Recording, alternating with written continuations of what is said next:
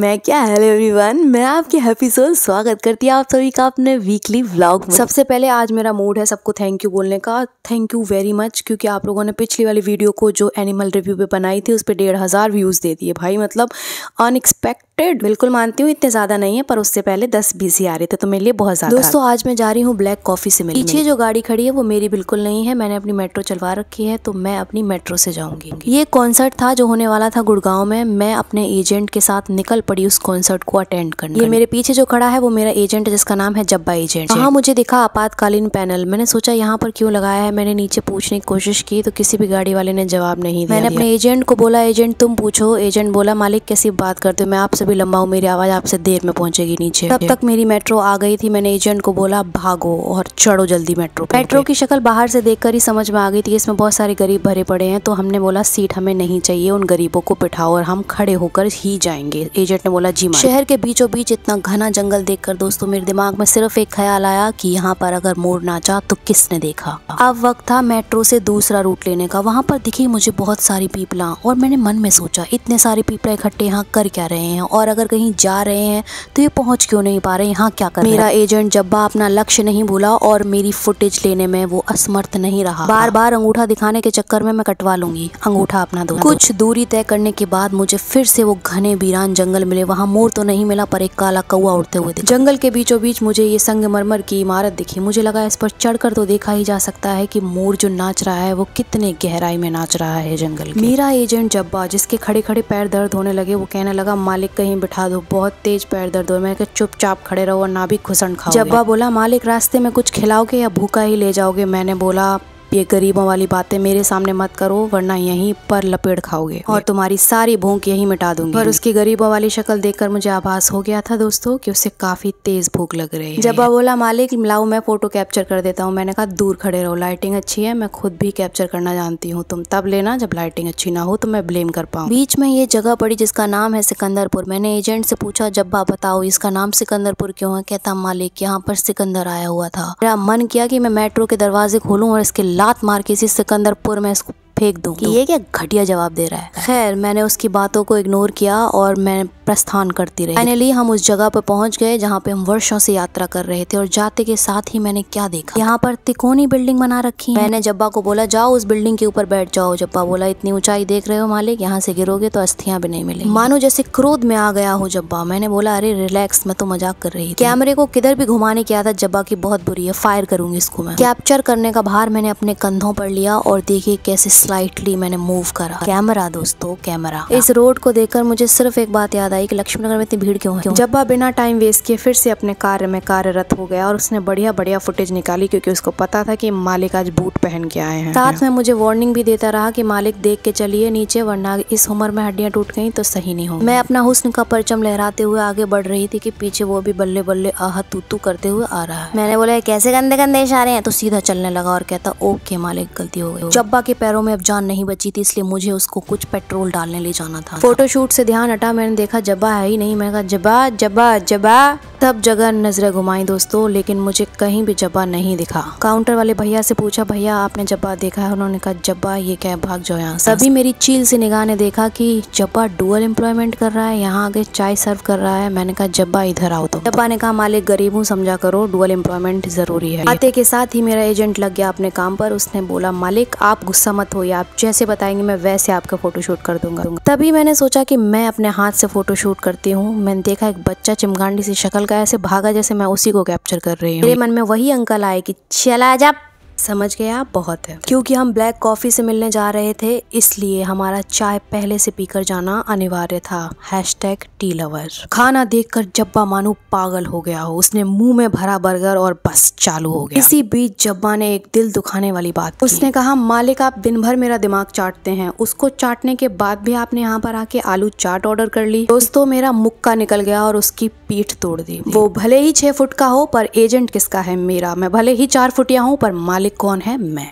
पेट पूजा करने के बाद हम फिर से अपने मार्ग की तरफ निकल गए। जब्बा सुबह से परेशान हो गया था। उसने कहा मालिक कितनी दूर जाना है, अब बता ही दो। मैंने उसको ज्ञानी तौर पर बोला कि सब्र करो जब्बा, सब्र का फल मीठा होता है। कहता है मालिक फल और जूस सब आप रख लो, मुझे जाने की आज्ञा दो क्योंकि अब मैं और बर्दाश्त नहीं कर सकता। मैंने जब्बा को कुछ रिश्वत दी और उसके बाद वो फिर से खिलखिलाने लगा। एजेंट बोला मालिक यहाँ पर बनाइए वीडियो, यहाँ पर आई लव गुरुग्राम लिखा हुआ है, आप आएंगे अच्छा लगेगा। मैंने कहा हाँ ले लो। कह रहा है मालिक उसके बीच में बहुत सारे ऑटो आ रहे हैं। मैंने उसको बोला तूने यहाँ पर जंगल वाला मोर एक्सपेक्ट किया है, चुपचाप वीडियो बना। इससे पहले कि जब्बा मेरा एनकाउंटर कर देता मैंने कैब बुक कर ली ताकि उसे भी थोड़ा रिलैक्स फील हो। उसके बाद पहुंचे खुफिया जगह पे। मैंने जब्बा को बोला जब्बा देखो कैसी जगह है, रात में भी आसमान नीला हो रहा है। कहता है मालिक को नहीं मार दूंगा, लाइट जल रही है। ये भैया हमें बैंड देने की कोशिश कर रहे थे। मैंने बोला ये तो बजता ही नहीं है। सब हंसने लग गए और कहते हैं दफा हो जाओ यहाँ से। ये बात सुनकर मैं और जब्बा दोनों बहुत खुश हो गए और अपना अपना बैंड दिखाने लगे कि बिना बजने वाला बैंड हमें पहली बार। हम दोनों ने अपना अपना बैंड दिखाया और बढ़ गए अगली दुनिया की तरफ जो है ये। यहाँ पर हमने देखा कि हमारे कुछ पुराने एजेंट जो ब्लैक कमांडो में थे वो हमारा इंतजार कर रहे। जब्बा को देख के वो लोग सेंटी हो गए और बोले पानी की बोतल अंदर नहीं ले जा सकते हैं, जो भी माल यहीं रख दो। जब्बा इस हादसे को देखकर थोड़ा सेंटी हो गया। मैं उसको पीछे छोड़ के आगे बढ़ के चली आई। मैंने कहा मैं नहीं जानती इसको। थोड़ी देर बाद मैं देखती हूँ कि वहीं से मेरा एजेंट अपना लक्ष्य साधते हुए मेरे पास आ गया और बोला ये। उसके बाद हमने देखी एक छावनी जिसमें युगांडा से आए हुए लोग भरे पड़े। मैंने जब्बा को बोला जब्बा तुम भी यहीं रह जाओ क्योंकि तुम भी वहीं से आए हुए लगते। ये रहे वो ब्लैक कॉफी साहब जिनसे मिलने हम इतनी दूर से चलते चले आ रहे हैं। इसके बाद हम एंटर हुए एक तिलस्मी दुनिया में जहाँ पर भिन्न भिन्न प्रकार की लाइटिंग जल रही है। जहाँ पर लड़का लड़की है या लड़की लड़का है कुछ समझ नहीं आ रहा। मैंने अपने एजेंट से बोला कि यहाँ की कोई भी चीज न खाए न पिए, तुझे जो भी भूख लगी है मैं बाहर चल के खिलाऊंगी, लेकिन यहाँ पर कुछ भी मत छूना। वो बोला मालिक आप हद गवार आदमी हो। तभी हमारी नजर इस लड़की पर पहुंची। कूद कूद कर अपनी बात सबको समझाना चाह रही थी, पर वहां पर इतने निर्दयी लोग थे कि सब नाचे जा रहे हैं, कोई उसकी बात सुनना नहीं चाह रहा, सब हाथ लहराए जा रहे हैं। मैं भी उन्हीं में से एक। मैंने सोचा जब इतने हजारों की भीड़ समझ नहीं पा रही है तो मैं अकेले क्या ही समझूं। जब्बा को मैंने बोला कि जब्बा मुझे भी कैप्चर करना, तुम देखो मैं भी यहाँ पे वाइब मैच कर रही हूँ। जब्बा बोला मालिक मत करो, बहुत मनहूस लग रहे हो। वहाँ उसकी बात हंसी में टाल दी, सोचा इसको अकेले में बताऊंगी। जब्बा बोला मालिक वो देखो कमल का फूल। मैंने कहा पागल हो, सूरजमुखी है, पीला है वो, समझा। उसके मुंह से बहुत ही प्यार से निकला मालिक। मेरे और जब्बा के जाने का टाइम हो गया था तो मैंने जब्बा को बोला जब्बा अब चलो सबको कैप्चर करो और अब हम चलते हैं। उसके बाद हम दोनों निकल गए वापसी के मिशन पर। जब्बा बोला मालिक आपने अपनी तो भर भर के फोटो सेल्फियां ले ली हैं बट मेरी एक भी आपने वीडियो नहीं बनाई। मैंने कहा चल तू भी खुश हो जा। कि बहुत ही वाहियात सी वीडियो बनाकर मैंने कहा बहुत अच्छी वीडियो ली है, चलो अब चलते हैं। अपनी वीडियो देखने के बाद उसने मुझसे बहुत ही प्यार से बोला मालिक कोई अच्छा सा समय देख के मर जाओ आप। मैं अपने ही धुन में सवार जब्बा को पीछे छोड़ते हुए गुनगुनाते हुए और मैं निकल पड़ी अपने लक्ष्य की ओर जो कि था लक्ष्मी नगर। मेरे एजेंट की पेमेंट अच्छी है इसलिए उसने बोला मालिक यहाँ भी खड़े हो, यहाँ बहुत अच्छी वीडियो आएगी। तो मैंने कहा ठीक है। वो पीछे दीदी एकदम झुकी जा रही है। मैं जब्बा को समझा रही थी कि जहाँ लाइटिंग अच्छी हो सिर्फ वहीं वीडियो बनाना वरना तुम्हारी मुंडी मरोड़ देंगे। इस जगह मैं अंदर गई, मैंने सोचा ये मॉल है। वहां पर गार्ड वाले भैया ने बोला कि ऑफिसर चले जाओ यहाँ। जब्बा और मैं चुपचाप वहां से खिसक लिए। गुड़गांव के लोगों से ज्यादा डर मुझे अपने खुद के एजेंट से लग रहा था क्योंकि सुबह से मैं उसको घुमाई जा रही थी गाजियाबाद से दिल्ली, दिल्ली से गुड़गांव, और फिर भी मैं उसको घर तक जाने की अनुमति नहीं दे रही थी। तो मुझे लगा ये मेरा कत्ल न कर दे आज, इसलिए मैं बस भागे भागे जा रही। गुड़गांव को राम राम करके हम पहुंचे लक्ष्मी नगर V3S मॉल क्योंकि जब्बा को हुडी चाहिए थी लेकिन उसको कुछ समझ नहीं आया तो मैंने उसको वहीं से दफा कर दिया। फाइनली आ गई यार रूम पे। फाइनली आ गई। क्या जगह है यार गुड़गांव, मतलब इतनी गुल्ली गुल्ली जगह कर रखी तुमने है? तो सही है। हम सच में लक्ष्मी नगर वाले एक दूसरे के सपनों में आ रहे हैं। वहाँ ये जगह ग्रीनरी, बढ़िया बिल्डिंग बना रखी है और यहाँ मतलब मेरा दिमाग खराब हो गया है। मुझे गुड़गांव जाना है, मुझे वहीं रहना है। अल्लाह कसम दिल पे हाथ रख के बता रहे, हमको अभी तक ये समझ में नहीं आ रहा है कि हम इस कॉन्सर्ट में गए क्यों। कॉन्सर्ट से मुंह से निकल भी नहीं रहा है, इतने भारी वर्ड। अच्छा गए क्यों? वहाँ लिरिक्स में पता नहीं क्या ही गुनगुना रहा है, कुछ समझ में नहीं आ रहा है। हिडम्बा जैसे कर दे रहा था बीच बीच में, धड़कनें रुक गई, मतलब सांसें बैठ गई मेरी 2-3 बार। तो है डर के बार बार देख रही मैं लोगों को। अलग ही नशे में है लोग भाई, अलग ही नशे में है। इंजॉय कर रहे थे सब, कैसे हम तो नहीं कर पाए। कॉन्सर्ट में वाइनें चल रही हैं, धुआं उड़ रहा है, अलग ही सौंधी सौंधी बाहिया सी बदबू आ रही है। समझ रहे हो? तुम वाइने चलवा, तुम चाय क्यों नहीं चलवाते हो? एक कप चाय का भी होना चाहिए, उसमें लेके डोल रहे हैं अपना अपना ग्लास, वहाँ एक कप चाय का नहीं मिला, दिमाग खराब हो गया। खाने को दे रहे हो, एक चाय भी दे देते यार। ये भगवान क्या जुल्म है। सिर दर्द हो जाता है बिना चाय के, समझो इस बात को। शुरुआत में एक लड़की की वीडियो लगाई है, उसकी एनर्जी आप नोटिस करना, और वो कम से कम नहीं तो मतलब 1-1.5 घंटे उसने बीट पे पता नहीं क्या बना रही थी, वो जो कोशिश कर रही थी बहुत बढ़िया कर रही थी, क्योंकि वो मेरे सिर के ऊपर से जा रहा था, क्योंकि मुझे पता ही नहीं ना उस बारे में, नॉलेज ही, लेकिन उसकी एनर्जी देख के फैन हो गई मैं उसकी। मेरी एनर्जी देख लो, गुड़गांव तक गई हूँ और हालत देखो। क्या बात है सर, क्या बात है हालत सर। देखो, बंदरों की तरह पड़ी हुई हूँ, जिंदा लाश की तरह पड़ी हुई हूँ। अब मुझे बस ये लग रहा है कि कोई आए और कहे कि लो भाई गर्मा गर्म चाय पियो तुम।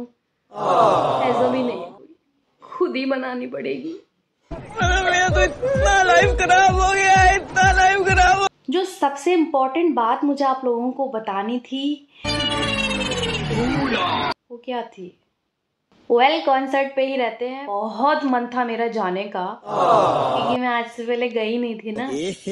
रहा नहीं जाता, तड़प ही ऐसी है ना। ओवरऑल अगर देखा जाए तो it was a very productive day, I can say. चल झूठा। और शुड आई से दिस? अरे कहना क्या चाहते हो?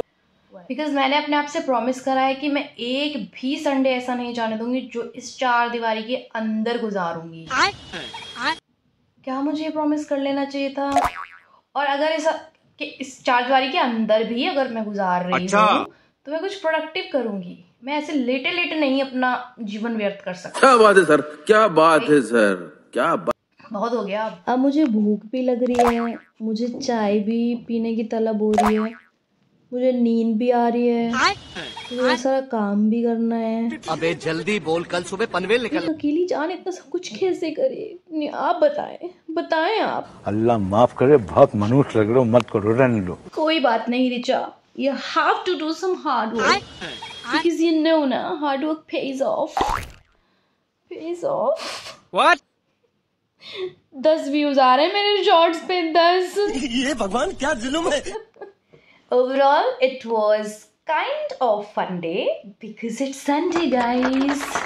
I know, relax. ये vlog Wednesday को आएगा, लेकिन मैं शूट संडे को करती हूँ। What? एडिट करते करते मुझे थोड़ा साल समय लग जाता है, इसलिए वो वेंसडे तक पहुंच पाता है आपके पास। Okay. Keep supporting, please. Guys, I would like to tell you one thing. जिसको भी टाइम मिल रहा है चीजें एक्सप्लोर करने का, प्लीज करिए। इसलिए नहीं क्योंकि मैं कर रही हूँ, okay. Of course not, बल्कि इसलिए क्योंकि आपको अच्छा लगेगा, आपको दिल से अच्छा लगेगा। बस शर्त यह है कि आप मेरी तरह ऐसे धराशायी होके एकदम गिर मत पड़ना। अगर आप में कैपेबिलिटी है ना करने की तो जरूर करें। और ऐसे गिरने में भी कोई बुराई नहीं है यार, संडे टू संडे तो जा ही सकते हैं, 6 दिन होते हैं, 7 दिन रिकवर कर लो अपने आप को। बात तो सही है। बस फिर चले जाओ, क्योंकि कुछ ना करने से कुछ करना बेहतर है मेरी जान। उस ब्लैक कॉफ़ी कैफी जो भी उसका नाम था उसके लिए आगे टिप्पणियाँ दे रही हूँ, यहाँ खुद से लिरिक्स याद नहीं हो रहे मुझे। दूसरों की बुराई करना बहुत आसान है गाइस, मैं बता रही हूँ। खुद के बारे में ना झांक लूँ मैं। ओके एवरीवन, मिलते हैं नेक्स्ट वीकली व्लॉग में। तब तक keep supporting me and don't forget to subscribe my channel please.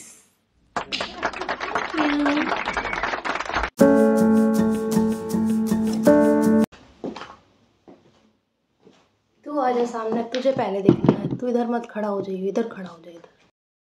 मेरा पर्सनली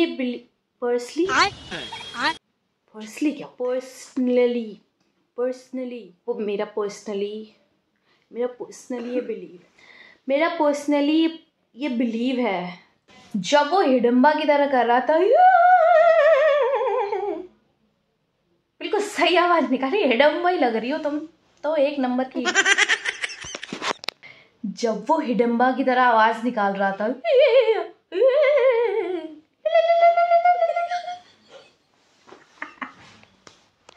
शराबी आंखें जो तेरी देखी,